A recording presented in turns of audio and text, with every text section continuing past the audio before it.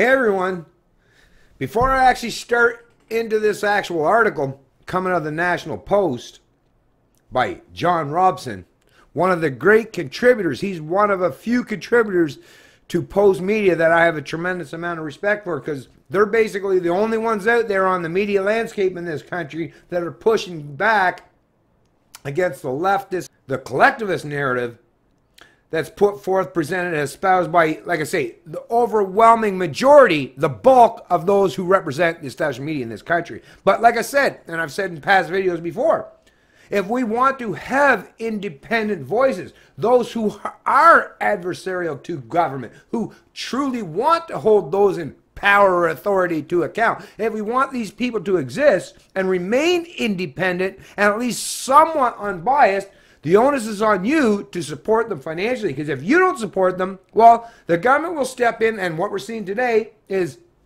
Trudeau Liberals, the federal Liberals, have now offered a $600 million aid package, basically a bailout to the media industry. And you know those who will step up the plate to take it, well, you know those are the vile, the corrupt, those establishment hacks that realize that, without government help, without government subsidies, without a government bailout, the Canadian people don't want to pay attention to anything that they put forth and present in their publications or in their articles or on their video platforms or what they have to espouse, right? People have pivoted away from established media because established media has been failing them for a long time now. Now, the CBC, there's not much we can do, because it's not a private entity, it's not a private organization, it's a crown crony corporation. So that is going to require a whole lot more work to unwind and get Canadians out from underneath it. But when we're talking about the private media in this country, you still have the opportunity to make sure that they don't need to be subsidized by government, and make sure they at least try to remain objective in the reporting. And the only way I think that can actually happen properly is if they continue to remain privately funded, which means you have to support them financially. And if you're unwilling to do so, you won't see too many more articles like this going forward.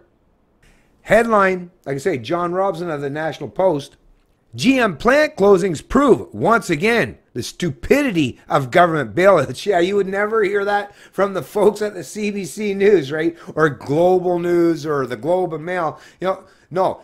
You have to go to the National Post or the Financial Post to hear stuff like this, which, like I say, support them if you want to hear the pushback towards big government and cronyism in articles such as this. A firm that loses money destroys wealth.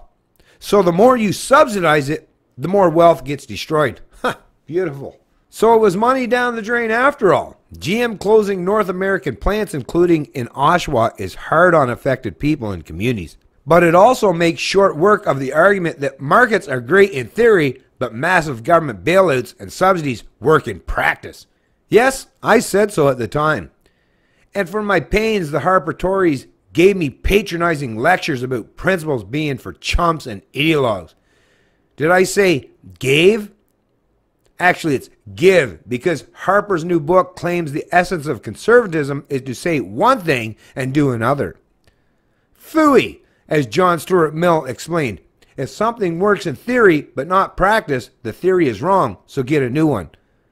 But here it wasn't.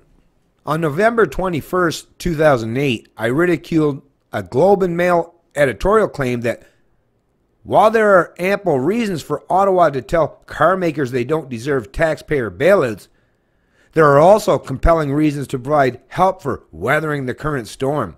The trick will be to provide the right help to keep these critical companies afloat without getting stuck in the corporate welfare quagmire. Good luck with that, mate.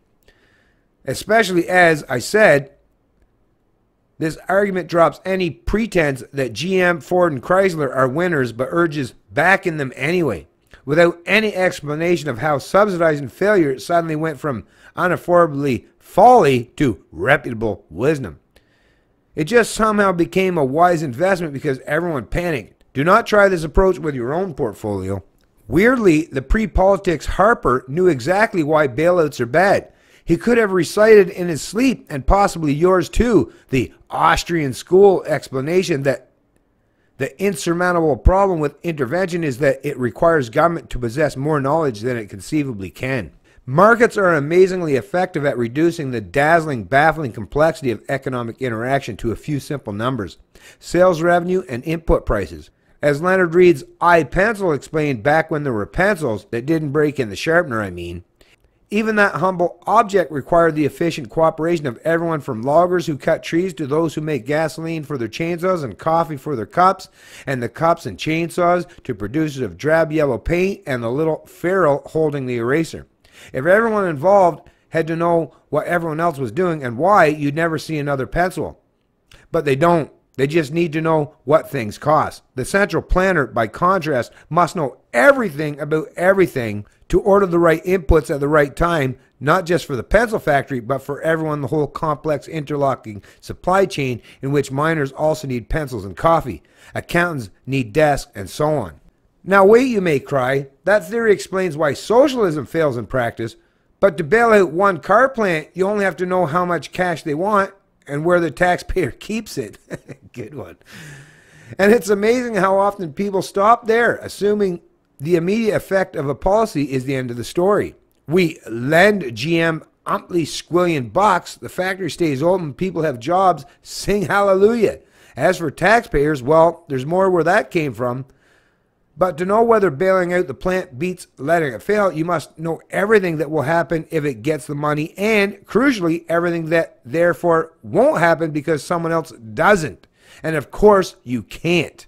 You can't know everything taxpayers would have spent the money on instead, or who would have borrowed it and why, let alone what would have happened next and next and next. You aren't God, but you can know one simple thing. A firm makes money by creating wealth. The things it sells are worth more than the things, including labor, used to create them. That's what profit is. Literally, hence, necessarily, a firm that loses money destroys wealth. It makes things worth less than the inputs consumed. So the more you subsidize it, the more wealth gets destroyed, which is bad. There's the first bitter fruit of government intervention. The second is that disguising destruction as creation lets underlying problems get worse, like excessive labor costs, until the hole gets too deep to fill even with other people's money, predictably. Anyways, I'll post a link to this article in the description of the video below. But once again, listen to this stuff by John Robson. There are people in the media in this country that are more than willing to hold the central planners, the authoritarians, these interveners into our social and economic lives to account.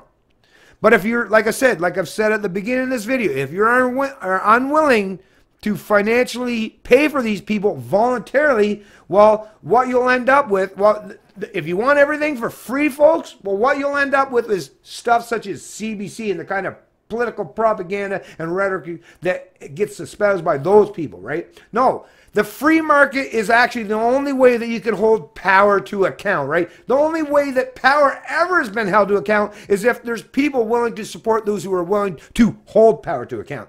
But as we know, because government is a big giant monopoly of force and violence, well, they can constantly either point that gun at other people or use it as an incentive to get other people under the fold. So it's like, hey, I won't ever point my gun at you as long as you align with my kind of political rhetoric. And what we're seeing in the media is that, the big gun in the room, government, no matter whether it's conservative, no matter it's liberal, or no matter whether it's the NDP, none of them are going to point the big gigantic gun in the room at the media as long as they keep reporting and propagating their kind of political stance and messaging.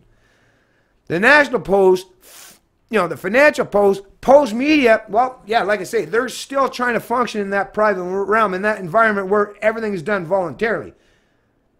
But once again, we may very well end up losing these voices if you're unwilling to support them voluntarily. If we end up in the situation, and we've seen with Trudeau Liberals now, offering $600 million once again. So the media already, as much as they are biased already. I mean, you know this. You know how biased the media is already in this country. But think about how much worse that's going to get once the government has literally bailed them out and propped them up with a lot of taxpayers, or should I say the unborn, the money of the unborn, the economic prosperity and labor, or the value of that labor forward. That's all being pulled forward now, right? To the tune of, what is it, $600 million to subsidize the established media. But you know what that's all about, so that they'll get a line and support the political narrative set forth and presented by the true liberals. That's the reason why they're trying to subsidize and prop up the media in this country, is to get them to carry favor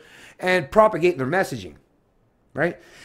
Like I say, John Robson, Terence Corcoran, there's quite a few dudes. I'm not going to drop everyone their names, but there's quite a few people, and actually ladies, Christy Blanchford. There's a lot of people in post media that actually do hold those in power to account and challenge them, right? But if you're unwilling to support them, well, we're going to lose more and more of these voices, folks. And, you know, everyone's got to have a way to sustain their livelihood, to sustain their ability to thrive and survive, right? So we have to pay for this. So if you're like, I do it for free, but it's because I actually have a real job. Like, I actually work out there in the blue collar field. That's how I subsidize how I do my thing. Is I don't get any money. I don't get any bailouts. Nobody's ever given me a dime for all the years that I've espoused what I got to say. But because I actually function in the real world with a real job, and that is how I sustain my livelihood and how I live and take care of me and myself and my lady and you know, help to make sure we got a roof overhead and the bills are paid. I can do that. I can function that. But a media environment, no, they have to function under the profit motive, you know, right? They can't be charitable, right? Nobody's going to work for free, folks. Nobody. You're not working for free, so don't expect the media to work for free. So either you pay for them voluntarily, or yeah, they'll be forced to turn towards government. And then, once again, you'll lose any semblance of objectivity, or at least counter narratives out there when you're talking about the media landscape. So,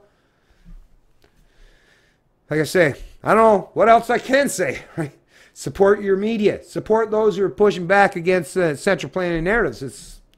Or support anyone, you know, voluntarily. That way you don't have government intervening and dictating who gets to have say out there, right? If you want to have lots of information presented, put forth towards you, then you have to be willing to support that information. If you're unwilling to support alternative news or source of information, well, just expect to get that single type of source of information, which would be top-down authoritarian government mandated information. And then, well, that's just indoctrination. That's just propaganda. And that's not going to educate and inform you at all. That's actually going to cause a further or an increase in the demise of our country, and the decrease of knowledge and the decrease of people's willingness or capacity to hold power to account. It's Canadian Libertarian, and I love liberty.